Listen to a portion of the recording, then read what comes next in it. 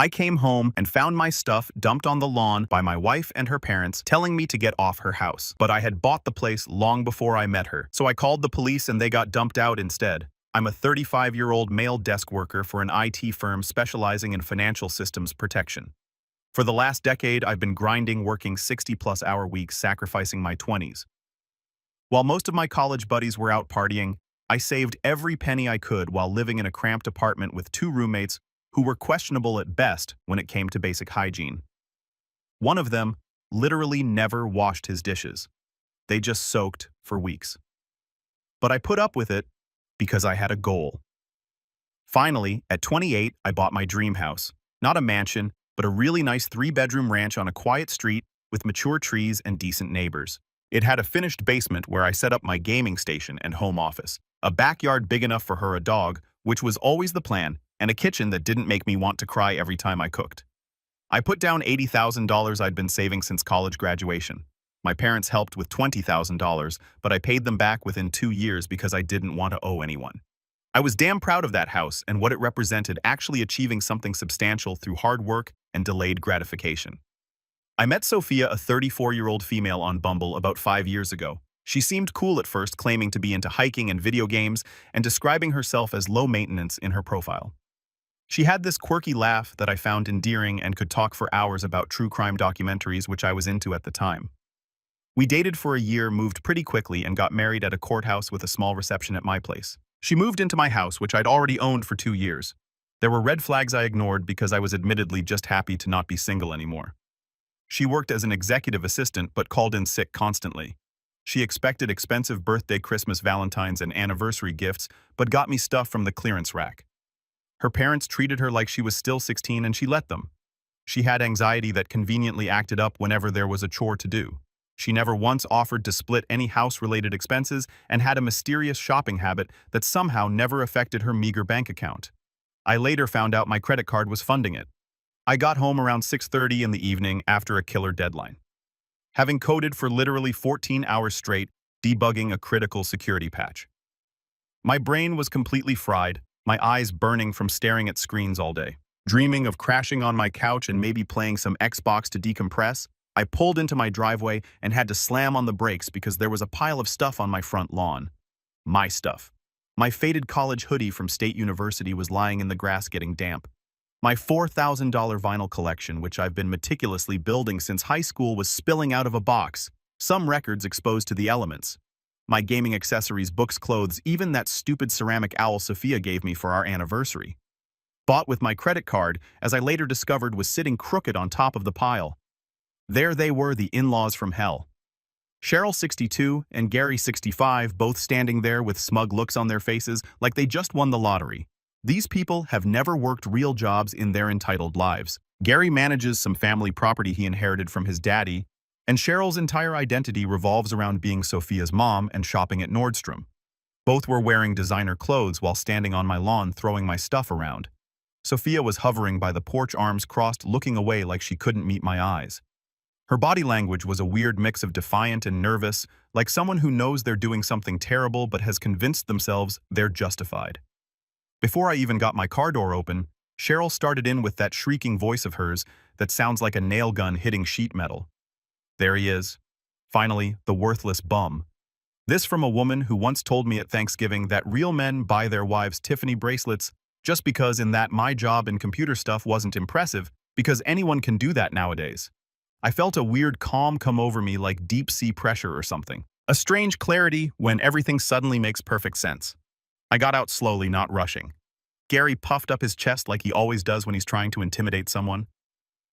The dude's been living off his daddy's money his whole life but acts like he's some self-made titan of industry. He has these business cards that say entrepreneur investor, but I've never actually seen him do either of those things.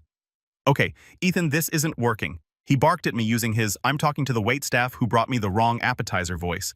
Get out, we're changing the locks tomorrow. This is Sophia's house now. Our daughter deserves stability, security. Not well, you. He waved his hand dismissively like I was garbage that had blown onto his property. Like the guy who works 60+ hours a week to pay for everything is the problem. Sophia finally spoke up, her voice all quiet and thin, using that baby girl tone she uses when she wants something expensive. Ethan, it's over. I told you things weren't right. Mom and Dad agree. It's just better if you leave my house. My house. The one I bought with my down payment 5 years before I even swiped right on her profile. The one where only my name is on the deed and mortgage and everything. The one I'd spent thousands renovating little by little. New water heater fixing the deck, replacing the ancient dishwasher. All while she complained that we weren't prioritizing the cosmetic updates she wanted for her Instagram photos. Her parents had maybe visited 4 times before she moved in, always acting like they were doing me some huge favor by gracing me with their presence, always making comments about how I should really upgrade. The countertops are asking, when are you getting a pool put in, never offering to chip in, of course. One time Gary actually said, when Sophia fully moves in, we should talk about proper window treatments for this place. Like I was living in some kind of unfinished construction site instead of a perfectly nice home. And now suddenly it's Sophia's house. The mental gymnastics were Olympic level. Cheryl came at me finger-stabbing the air, her fancy manicure glinting in the evening sun. She had this self-righteous look on her face like she was delivering divine judgment. You heard her. Get out. You aren't welcome here, you worthless bum. This is our daughter's house now. Then she kicked one of my boxes for emphasis. My old Psychology 101 textbook skidded across the wet grass, landing in a puddle from the morning's rain. That's when the absurdity hit me. I started laughing, not a chuckle, but a full-blown, slightly manic laugh that surprised even me. It echoed in the quiet street. Here was this 62-year-old woman who I'd watched drop $600 on lunch without blinking, kicking my college textbook around like she was some tough enforcer in a bad mob movie. Cheryl's jaw literally dropped. Gary blinked stupidly. Sophia flinched like I'd screamed at her. My house! I choked out, wiping my eye. Sophia's house. Wow. Did I miss the closing? Was there a memo? Because last I checked, I'm the only one who's paid a single penny toward this mortgage. I'm the only name on the deed. I've never seen any of you write a check for property taxes or insurance or repairs. The neighbors across the street had come out onto their porch watching the show. Don't you dare mock us, Gary blustered, puffing up again. His Rolex, a real one, sadly glinted as he gesticulated wildly. This is only fair. Sophia dedicated years to you. She deserves this house for everything she's put up with. Put up with what I asked. My face getting hot, but my voice steady. My stable job paying all the bills, the vacations I funded, the $4,000 handbag I bought her for her birthday that she used twice before deciding it was last season. Cheryl jumped in, her voice rising to a pitch that probably disrupted satellite signals. You clearly don't appreciate her. You work constantly. You're never home. We're stepping in to ensure she has what she deserves. Right, I said, the laughter gone, replaced by ice in my veins. I pulled out my phone. What are you doing? Sophia asked, panic flashing in her eyes. For the first time, she looked unsure of herself. Calling the folks who handle property disputes, I said evenly. Trespassing specifically, you know, the police. I'd never called the cops in my life, but this was beyond ridiculous. Don't you dare! Cheryl shrieked, her voice hitting a note that probably disturbed bats in the next county. This is a family matter. We don't need to involve outsiders. Not when you're on my property throwing my stuff around, I replied, dialing 911. Not when you're trying to illegally evict me from a house that I own outright with no legal claim whatsoever. That's actually a crime, by the way. Sophia started to cry.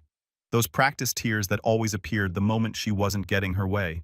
The same tears that came out when I said we couldn't afford a $3,000 purse, or when I suggested she might want to contribute to our joint savings account once in a while.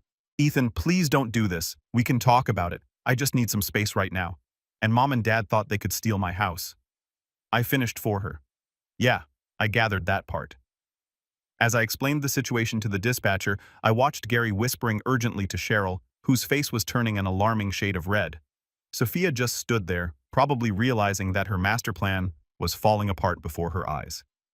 The neighbors were outright staring now. Mrs. Peterson from next door had come outside with her phone possibly recording. Great. This would be all over the neighborhood Facebook group by morning. I calmly gave my address, stated there were 3 individuals trespassing, refusing to leave, who had moved my belongings onto the lawn and were claiming ownership of my home. I could hear Cheryl in the background, practically gargling with rage, yelling that I was the one who needed to leave. My name is on the deed and mortgage. I've lived here for 7 years. They're trying to illegally evict me, I explained to the dispatcher, who sounded like she'd heard it all before. Gary started toward me, his face turning purple under his expensive haircut. He was muttering something about talking some sense into me. Gary, I wouldn't, I warned, holding up my free hand. Stay there. Adding assault to the mix won't look good for you. He hesitated, then stopped. Gary's whole tough guy act falls apart the second there might be actual consequences. He's used to bullying people with his money and connections, not facing real repercussions. Sophia looked genuinely panicked now. Not sad, not upset, but panicked, like someone whose scheme was rapidly falling apart.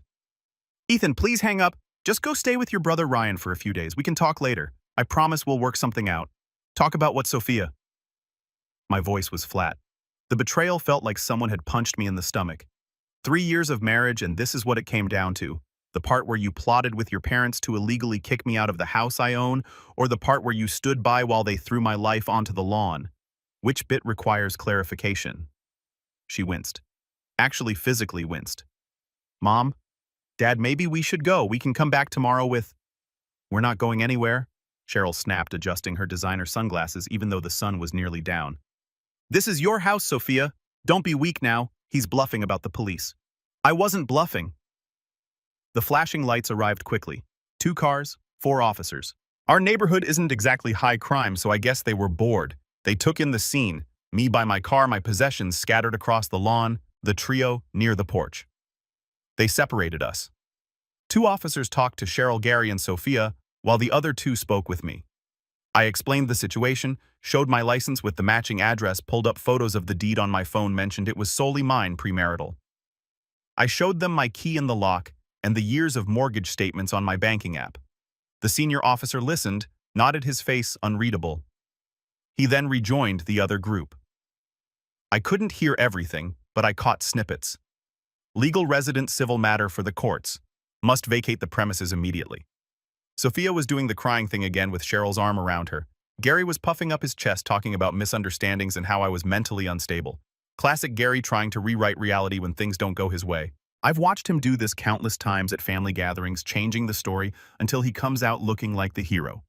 Not this time, Gary. Not with my house.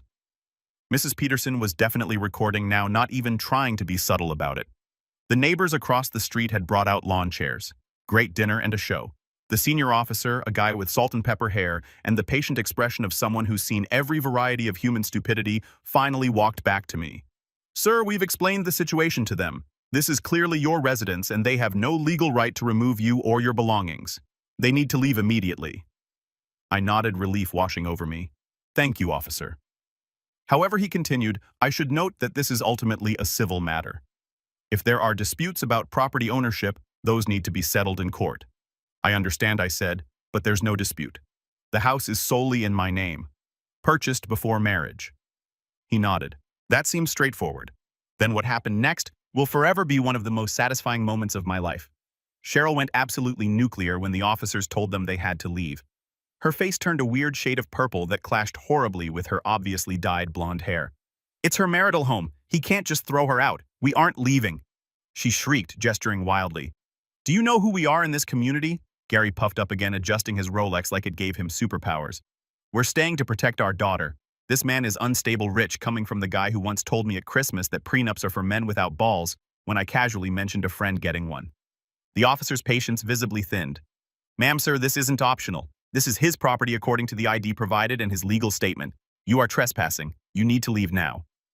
Cheryl planted her designer shoes on my lawn and just said no. And then added, do you know who my husband is? We have connections in this town. We play golf with Judge Harmon. They don't. They live 45 minutes away in a McMansion. They're probably underwater on. And Judge Harmon retired 3 years ago. That was it. One officer took Cheryl firmly by the arm. She shrieked like she was being murdered and tried to pull away, screaming, How dare you touch me? I'll have your badge. Another officer firmly steered Gary toward the sidewalk. It wasn't rough, but it was decisive.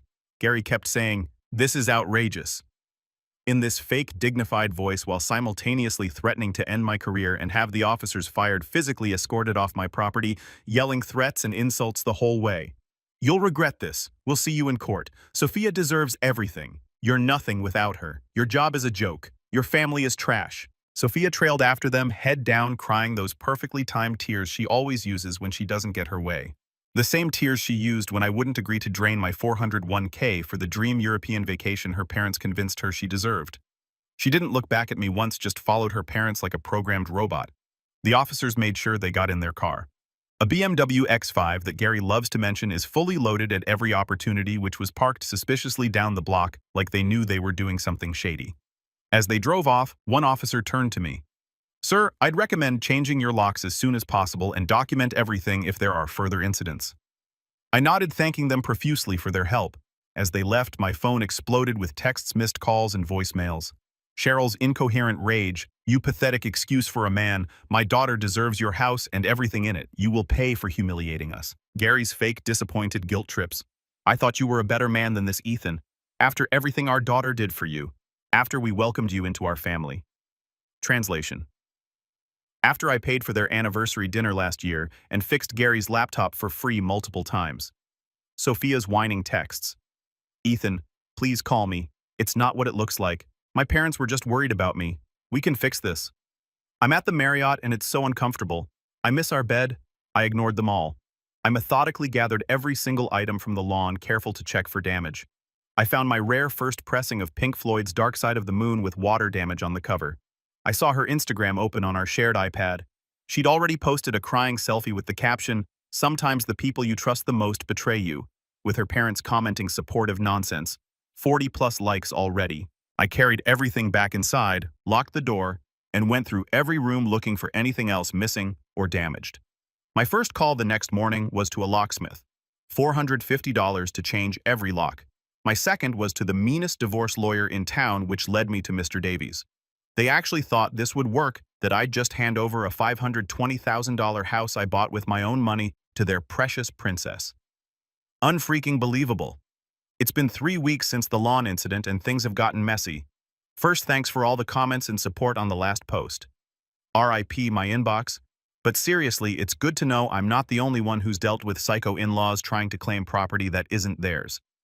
I met with my lawyer, Mr. Davies, a sharp-focused ex-military guy who doesn't take nonsense from anyone. His office has this minimalist vibe that somehow screams, "I will destroy your enemies without a single threatening word."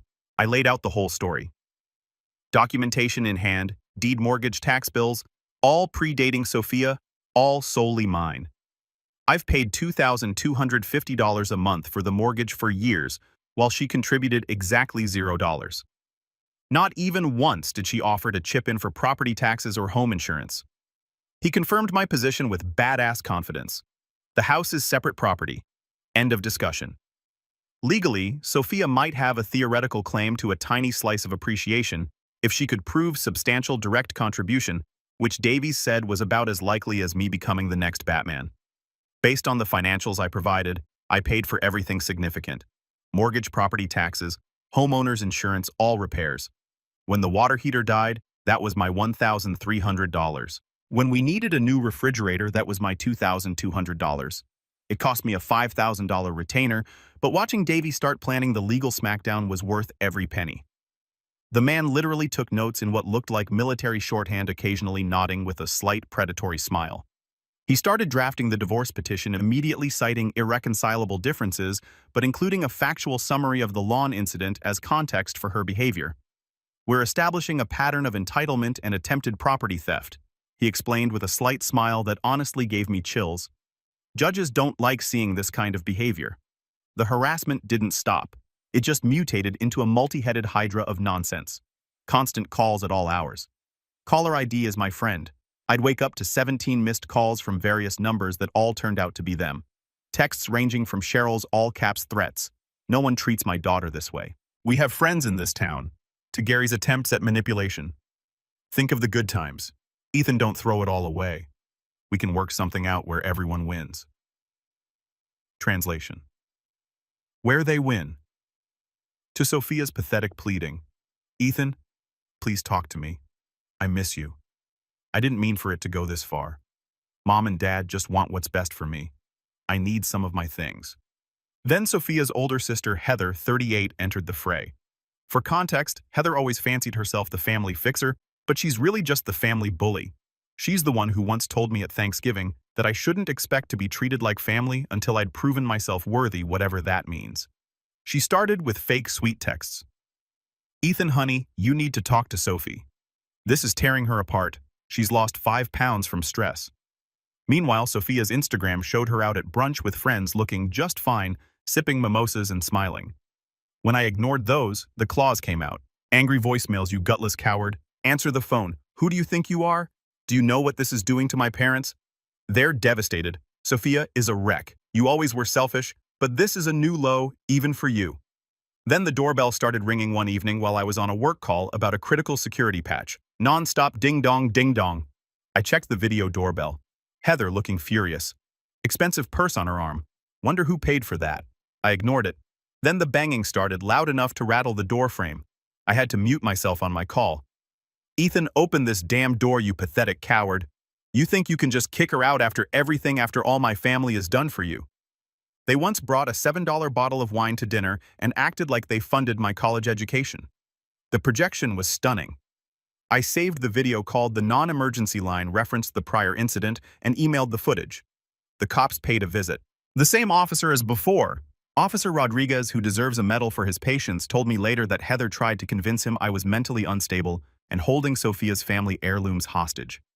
The direct harassment from Heather stopped after what I assume was a come-to-Jesus talk from Officer Rodriguez, but I knew she wasn't done.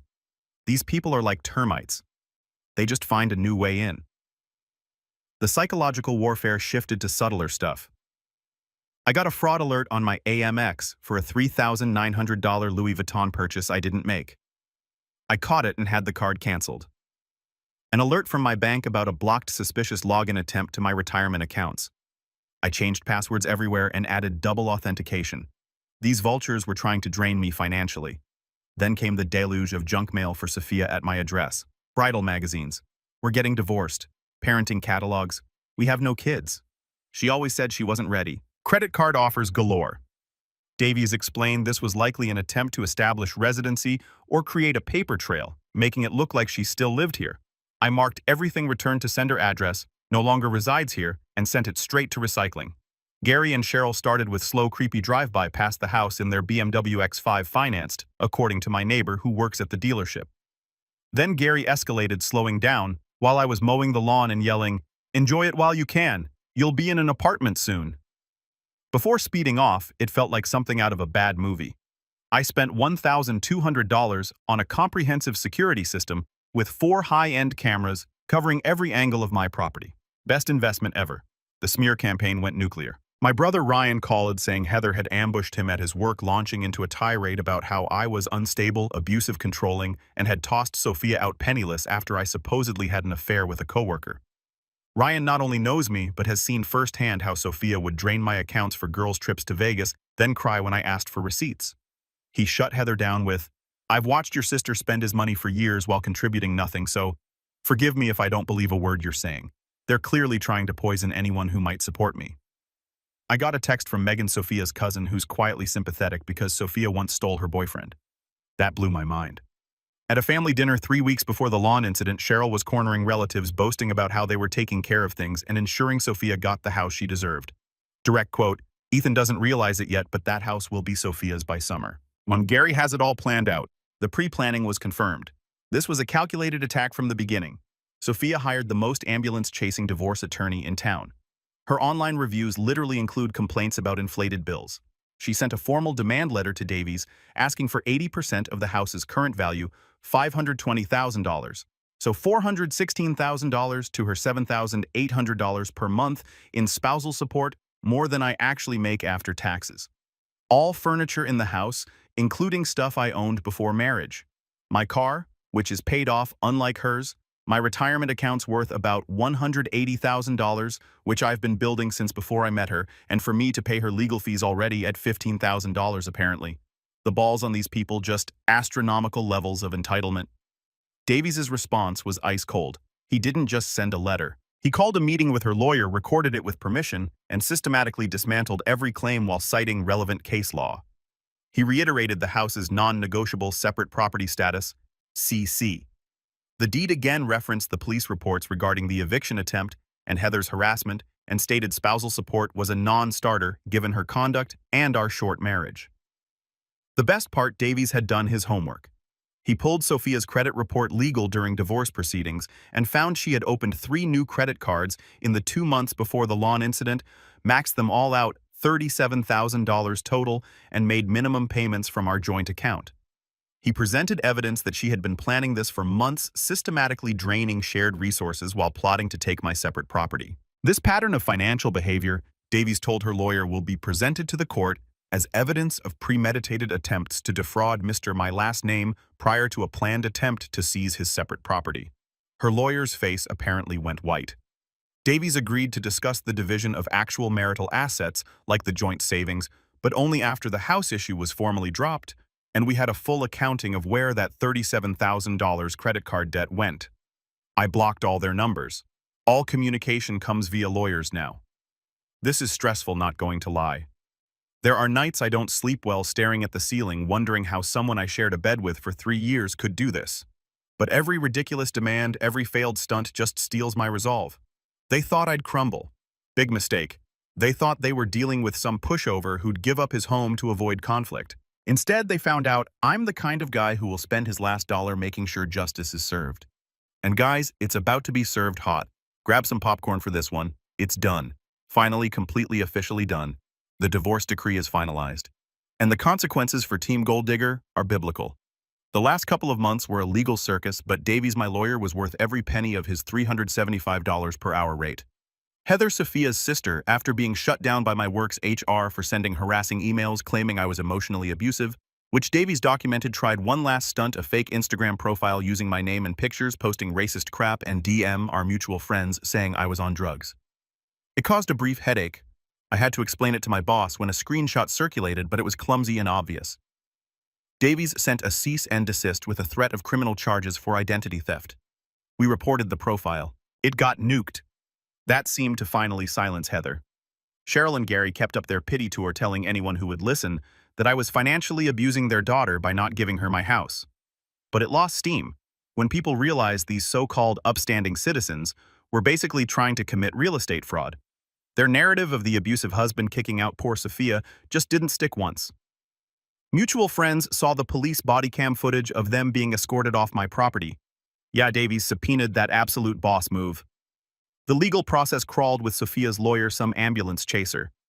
Gary found filing motion after motion requests for discovery where Sophia couldn't produce a single document proving financial contribution to the house. Scheduling conferences, her lawyer kept trying to push for mediation focused on the house.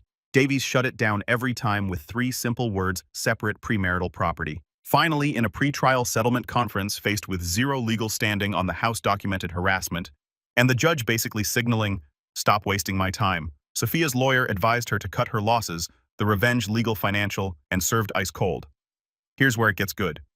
The divorce decree was brutally simple, and exactly what Davies predicted from the start. To the house confirmed 100% my separate premarital property. No equity split, no buyout off the table, and spousal support denied. Justification cited short marriage duration and documented misconduct. The lawn incident, harassment, and assets. We split the joint savings, $12,000 total. Mostly my money. She gets her personal belongings, that's it. But here's the cherry on top. Davies found out through discovery that Gary had loaned Sophia $65,000 over the past year, which explains the mysterious shopping sprees in her new boob job that I supposedly didn't appreciate enough. Davies successfully argued this was an attempt to hide and drain marital assets. Since these transfers happened as our marriage was deteriorating, the judge agreed and ordered Sophia to repay me $32,500, half the amount from her share of our assets.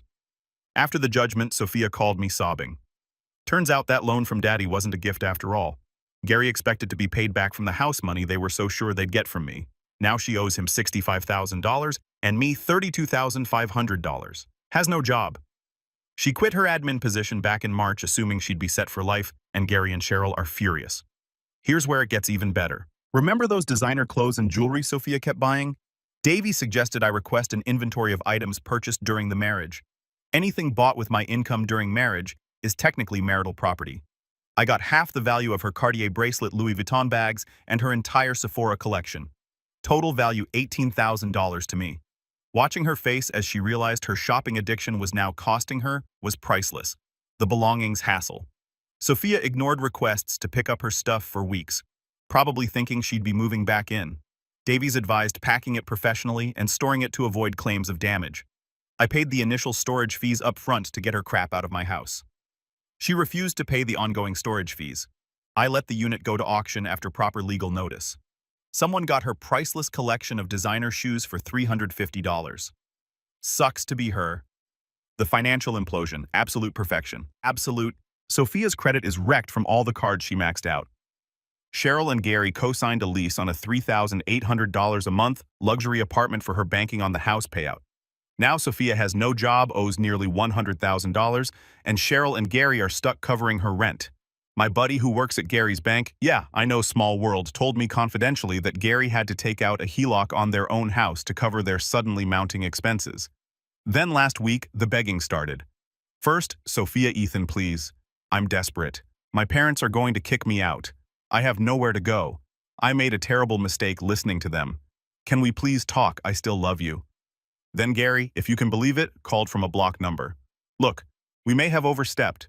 Perhaps we can discuss an arrangement. Sophia is really struggling. Translation: help us fix the mess we created.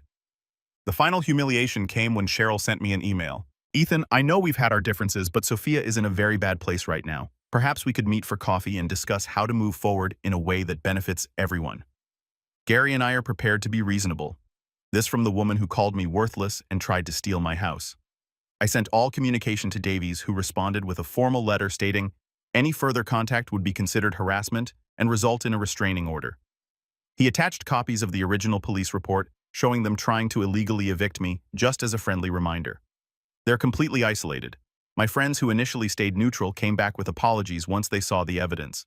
Sophia's friends figured out she was using them for free dinners and weekend crash pads and cut her off. They tried hosting a fundraiser for her legal fees.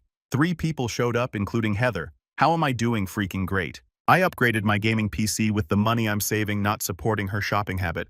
I lost 15 pounds of stress weight. I got promoted at work.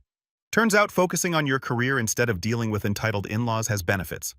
I bought a German Shepherd puppy named Justice. Yes, I went there. I started dating a corporate attorney who thinks what Sophia and her parents did was textbook real estate fraud and borderline criminal. The house feels like mine again.